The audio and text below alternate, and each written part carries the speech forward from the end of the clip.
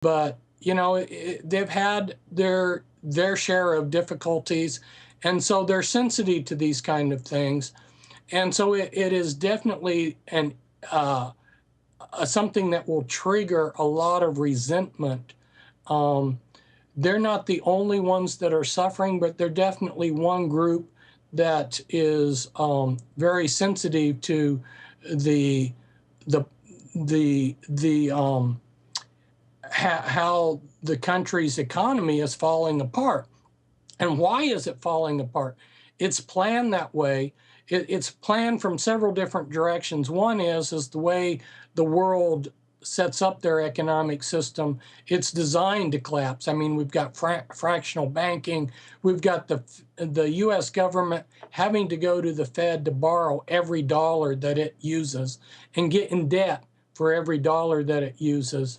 Um, we've got a lot of we've got built-in inflationary mechanisms. And then, of course, on top of that, the agenda of the elite, the Illuminati's agenda, is for an economic collapse. So not only do we have natural built-in mechanisms for it happen, but they want it to happen. And so you see the Fed talking about capital controls. That's a warning sign, a red flag that we've got something really serious on the the horizon here. And indeed we have. I've been warning people that these next few months are going to be a time of significant danger. I don't want to put any date on anything, but Americans need to realize that United States has gotten rid of their gold. I mean, they said that their FT 900 report was saying that our government exported 217 tons of gold last year. Where that came from, nobody knows. The figures that they're giving us are totally fictitious. The U.S. doesn't have gold. When the Germans wanted their gold that we were supposed to be safekeeping for them, we couldn't give it to them. And the little bit that we did send was not their gold. That was not. None of it was gold that they had deposited with us. It was something else that was not even of the same purity. So I don't know if that's going to catch up with our government, that our government's been lying, because our dollars depend on the full faith and credit of the U.S. government, which, I don't know why anyone would have faith in this government. One of the things that Obama shamelessly did was he contributed to the economic power leaving the United States, and that was the Europeans proposed this G20 meetings, which, the United States still has, relative to the rest of the world, quite a bit of economic power, so to speak. But when you go to these G20 meetings, the Europeans get 5 votes, we get 1 vote. And then the advisor, the head of the G20 meetings, is the IMF head. Well, the Europeans decide who's head of the IMF, which is Christine Lagarde from France, she's an Illuminati member, by the way.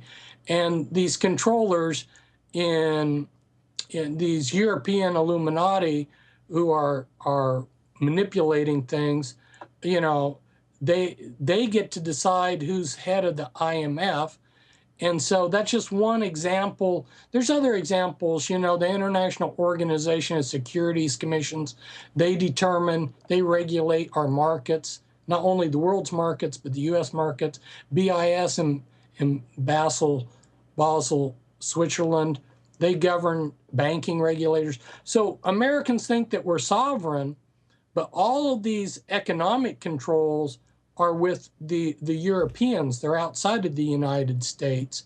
And you might see here, I have a chart showing that red diagram there is showing that this is Belgium's, how much Belgium just last year bought in U.S. Treasury notes. That's 412 billion.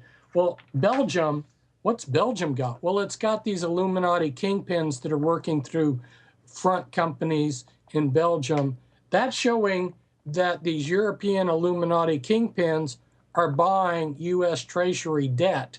And why would they do that? Because that gives them a say in U.S. policy. So they're in a situation where they can tell Obama what to do. They can tell the Fed what to do because they've got us.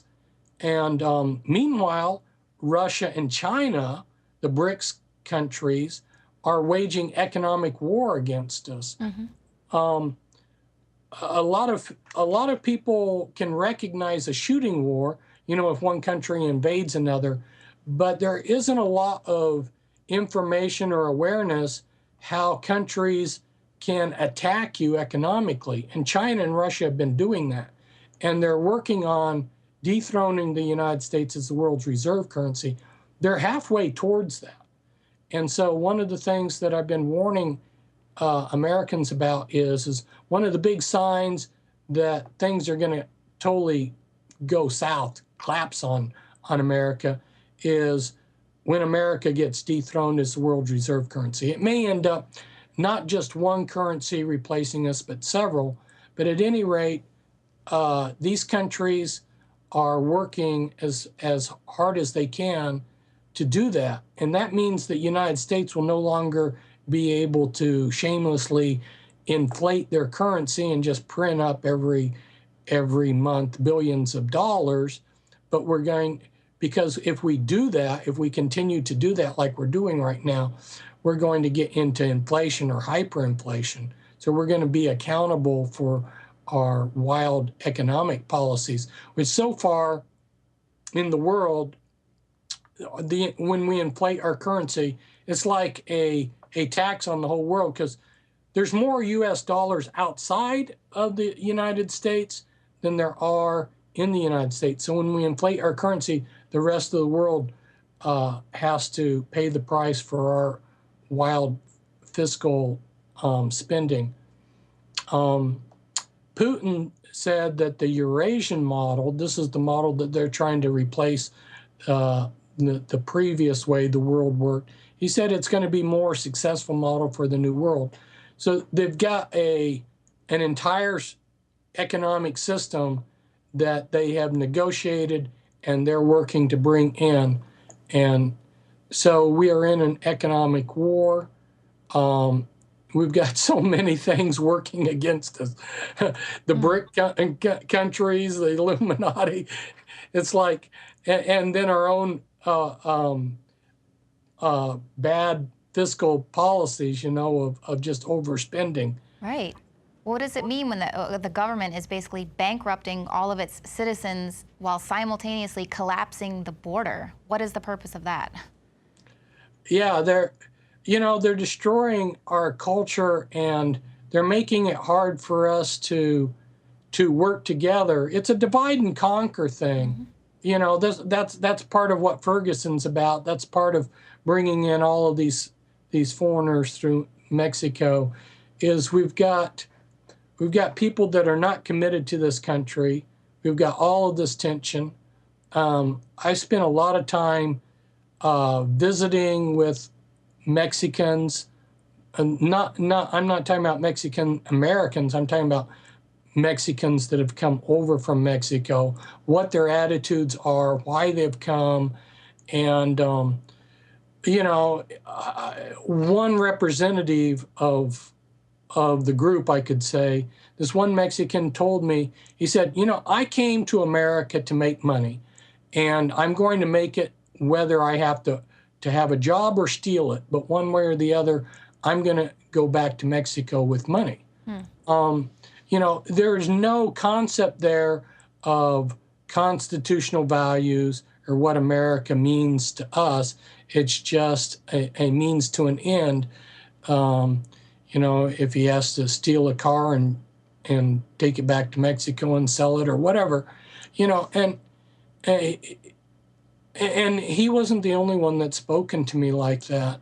And so we're seeing this divide and conquer, the breakdown of our culture, the breakdown of the structures in the United States that would allow us to deal with problems. Well, what are some triggers that we should be paying attention to? Just for instance, I was just watching on CNN, and they were talking about how there were provocateurs, or there's rumors of provocateurs coming into Ferguson, and it's almost like with the Family Guy episode where they sort of put it out there what's going on, but they present it in a way that they're just trying to get to the bottom of it when they're the ones that are sending in the provocateurs. But are there some other triggers or things that we should really be watching for to just help us, not fall victim to the psyop?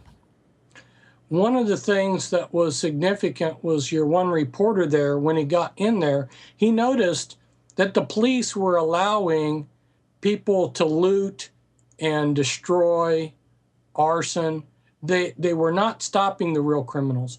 And in the past, we've repeatedly seen this kind of behavior where the police repeatedly bent over backwards to help the criminal elements in the protest. And then all of a sudden you get this huge overreaction where they surround the peaceful protesters, and then they move in, and you'll have women with children that will be beaten down. Once they beat people down, they'll grab them by the hair, they'll take pepper spray and spray each eye at close quarters. So, and some of these people are almost killed by the brutal tactics.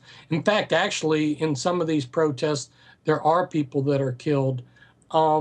And so then you just get this huge overreaction. Well, what's that do? It solidifies hate in the people that have been brutalized. So you create this civil war type scenario or mentality. Mm-hmm. And so instead of trying to resolve the problem, they're exacerbating it. That's a big clue. That's a big clue that this is a PSYOP operation that they want to happen, because instead of dealing with it, I know that they're giving a lot of verbiage, they're talking real sweet, we want calmness and everything. But if, actions speak louder than words. Look at their actions. What are they actually doing? They're bringing in the National Guard. Mm-hmm. The National Guard should not move in as police. Historically, there have been numerous times where National Guard, back in Ludlow, Colorado, back in the early part of the 20th century, they brought in the National Guard on trains with machine guns. And there was a miner strike because they were upset at how the mining company was cheating them out of their pay. The store was cheating them and everything. They had gone on strike.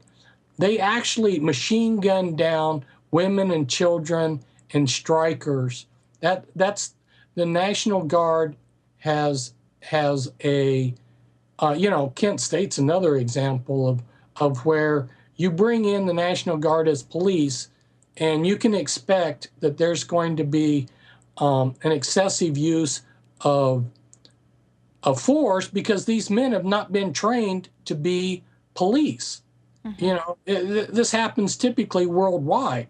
And so when you see them doing these kind of things, even though their mouths are saying one thing, their actions speak louder than their words. Right, and well, this whole situation in Ferguson has brought to the collective consciousness of America that, wow, we are living in a police state. So it almost seems like the mainstream media kind of rolled in there to help control this narrative, where people were really beginning to say, well, wait a minute, why are we arming our local police stations with military-grade weapons? And now we kind of see the media really showing all the looting and the rioting and showing all the danger to sort of justify the need for all of this heavy equipment in our local police departments. Now they're kind of calling for, a CNN anchor today said, well, why not use water cannons? And, just kind of making this okay somehow, the new norm. Yeah, exactly. And there's been a campaign going on for a couple decades to normalize the militarization of our police. And it's pretty amazing. We had a bank robbery here. Oh, it was in 97. and it occurred across the river